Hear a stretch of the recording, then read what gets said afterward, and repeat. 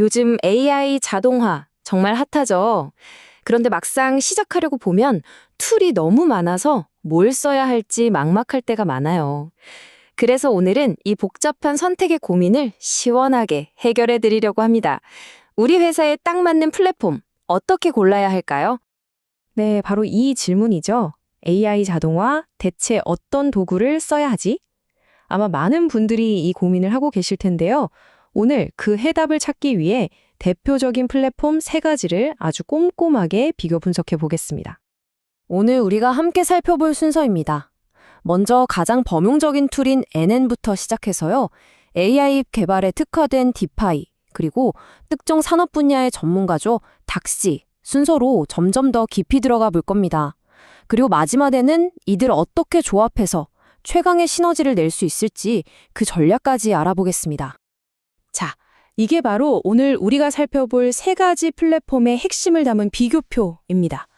지금은 글씨가 좀 작아서 잘 안 보이실 수도 있는데 괜찮습니다. 이 표가 바로 오늘 우리가 함께 완성해 나갈 지도라고 생각하시면 돼요. 지금부터 이 표에 담긴 내용들을 하나씩 아주 속 시원하게 파헤쳐 보겠습니다. 자, 첫 번째 주자는 N8N입니다. 자동화 툴킷의 가장 기본이라고 할 수 있죠. 서로 다른 앱들을 착착 이어주는, 뭐랄까, 만능 스위스 군용칼 같은 존재라고 생각하시면 이해가 빠르실 거예요. NNN의 핵심은 바로 연결이에요. 우리가 매일 쓰는 수많은 서비스들 있잖아요. 구글 시트, 슬랙, 이메일 같은 것들요. 이런 서비스들 사이에 데이터가 왔다 갔다 하는 귀를 코딩 한 줄 없이 그냥 마우스로 끌어다 놓기만 해서 만들어주는 아주 강력한 툴입니다. 이 표를 보시면 N8N의 장단점이 딱 보이죠? 강점은 뭐니 해도 이 압도적인 연결 능력입니다. 웬만한 SaaS는 다 붙는다고 보시면 돼요. 근데요, 한계도 분명히 있어요. 간단한 사무자동화는 정말 최고지만 만약 며칠씩 걸리는, 그러다 중간에 딱 멈추면 회사에 정말 큰일 나는 그런 미션 크리티컬한 작업 있잖아요. 그런 건 좀 버거워할 수 있다는 거죠. 이 점엔 꼭 기억해 두셔야 합니다. 자, 그럼 다음 단계로 넘어가 볼까요? NATNN이 우리 몸에 혈관처럼 데이터를 연결해줬다면 이번엔 AI 운영의 핵심, 바로 두뇌를 만드는 도구, 디파이를 만나보시죠. 디파이는 역할이 아주 명확해요. 특히 RAG라는 기술을 아주 쉽게 쓸 수 있게 해주는데요.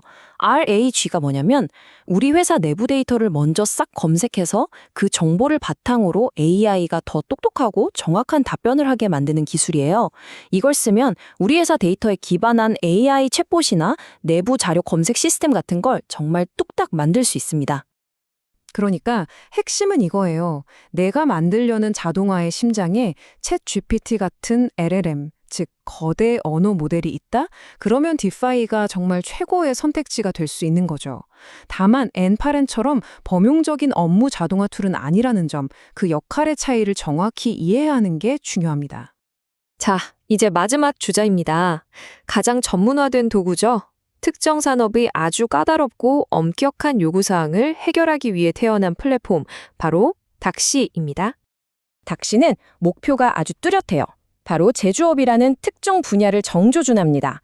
예를 들어서 생산 라인의 인력, 설비, 자재, 방법, 이른바 4M이 바뀔 때 관리라던가 불량품 NG가 나왔을 때 대응, 그리고 다시는 같은 문제가 생기지 않도록 하는 시정 및 예방 조치, KPI 같은 것들이요. 이건 그냥 자동화가 아니라 제조 현장의 핵심을 꿰뚫는 전문가 시스템인 셈이죠. 이 슬라이드에서 정말 주목해야 할 키워드는 바로 안정성과 도메인 특화입니다. 닥시는요, NNIN이나 디파이가 애초에 풀려고 하지 않았던 문제, 그러니까 며칠씩 걸리는 작업이 절대 죽지 않게 하는 신뢰성, 모든 과정을 기록으로 남기는 추적 가능성, 그리고 제조 분야의 전문 지식을 아예 시스템 안에 녹여냈다는 점에서 근본적인 차이를 보여줍니다. 좋습니다. 이제 각 도구의 캐릭터를 확실히 파악했으니 한 단계 더 들어가 보죠. 제조업처럼 아주 특수한 소위 버티컬 분야의 핵심 요구사항을 기준으로 이 셋을 한번 정면으로 비교해 볼게요. 이렇게 하면 그 차이점이 훨씬 더 선명하게 보일 겁니다. 과연 어떤 결과가 나올까요? 이 표가 사실상 모든 걸 말해주네요. 보세요. 며칠씩 걸리는 작업, 중간에 반드시 사람의 승인이 필요한 절차, 그리고 여기서 말하는 안전성 패턴이라는 건요, 워크플로우 중간에 갑자기 문제가 생겨도 데이터가 꼬이거나 사라지지 않게 보호해주는 아주 중요한 안전 장치들이에요. 모든 과정을 추적하는 감사 기능까지 이런 미션 크리티컬한 요구사항들 앞에서 닥시의 아키텍처가 왜 강력한지 명확하게 드러나죠? 그리고 바로 이 점이 핵심입니다. 금융이나 의료, 그리고 오늘 이야기하는 제조업처럼 규제가 아주 엄격한 산업에서는요, 방금 우리가 본 이런 기능들이 있으면 좋은 옵션이 아니라 없으면 아예 시작도 못하는 생존 조건이라는 겁니다. 자, 이제 기업 입장에서 또 다른 결정적인 포인트를 짚어보겠습니다. 바로 데이터 보안과 직결되는 배포 방식인데요. 이 플랫폼들을 과연 우리 회사 서버에 직접 설치할 건지 아니면 클라우드를 쓸 건지 그 차이를 한번 분석해 보죠. 배포 철학 자체가 다르다는 게 느껴지시죠? 닥시는 처음부터 기업의 가장 민감한 데이터가 절대 외부로 유출되지 않도록 회사 내부망, 즉 온프레미스 환경에 안전하게 설치하는 걸 최우선으로 설계됐어요. 반면에 엔파렌과 디파이도 직접 설치는 가능하지만 이걸 기업 수준으로 안정적이게 운영하려면 상당한 데브옵스, 그러니까 개발 운영 전문가의 노력이 따로 필요하다는 거죠. 결국 기업이 최종 결정을 내릴 때는 이런 것들을 종합적으로 따져봐야 합니다. 단순히 툴 기능만 볼 게 아니라 라이센스 비용, 서버 비용, 이걸 운영할 사람의 인건비까지 포함한 총 비용은 얼마인지, 우리 회사의 중요한 데이터가 외부로 나가도 괜찮은지, 또 각종 규제는 잘 지킬 수 있는지, 이런 비즈니스 관점에서 꼼꼼히 따져봐야 한다는 겁니다. 자, 이제 드디어 결론에 다다랐습니다. 그런데 여기서 우리는 어떤 툴이 최고야? 라는 질문에서 한 발짝 물러나서 이 툴들을 어떻게 조화롭게 함께 쓸 수 있을까?로 관점을 한번 바꿔보려고 해요. 맞습니다. 세상에 모든 문제를 해결해주는 만능 열쇠 같은 툴은 없어요. 진짜 현명한 전략은요, 각 작업의 성격에 딱 맞는 최고의 도구를 선택하고 이들을 마치 오케스트라의 주의자처럼 멋지게 조율하는 겁니다. 그래서 저희가 제안하는 최강의 전략은 바로 하이브리드 자동화입니다. 자, 한번 상상해 보세요. 우선 엔파렌이 스위스 군용칼처럼 우리 회사의 온갖 앱들을 꽉 묶어서 데이터 고속도로를 쫙 깔아주는 거예요. 그 위에서 디파이가 똑똑한 AI 두뇌가 돼서 데이터를 분석하고 고객 응대도 척척 해내죠.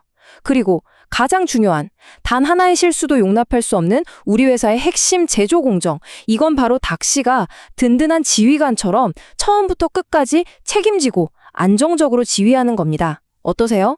이 세 가지가 서로 경쟁하는 게 아니라 각자 잘하는 역할을 맡아서 하나의 완벽한 팀, 완벽한 오케스트라를 만드는 거죠. 오늘 긴 분석을 마치면서 마지막 질문 하나를 던지고 싶습니다.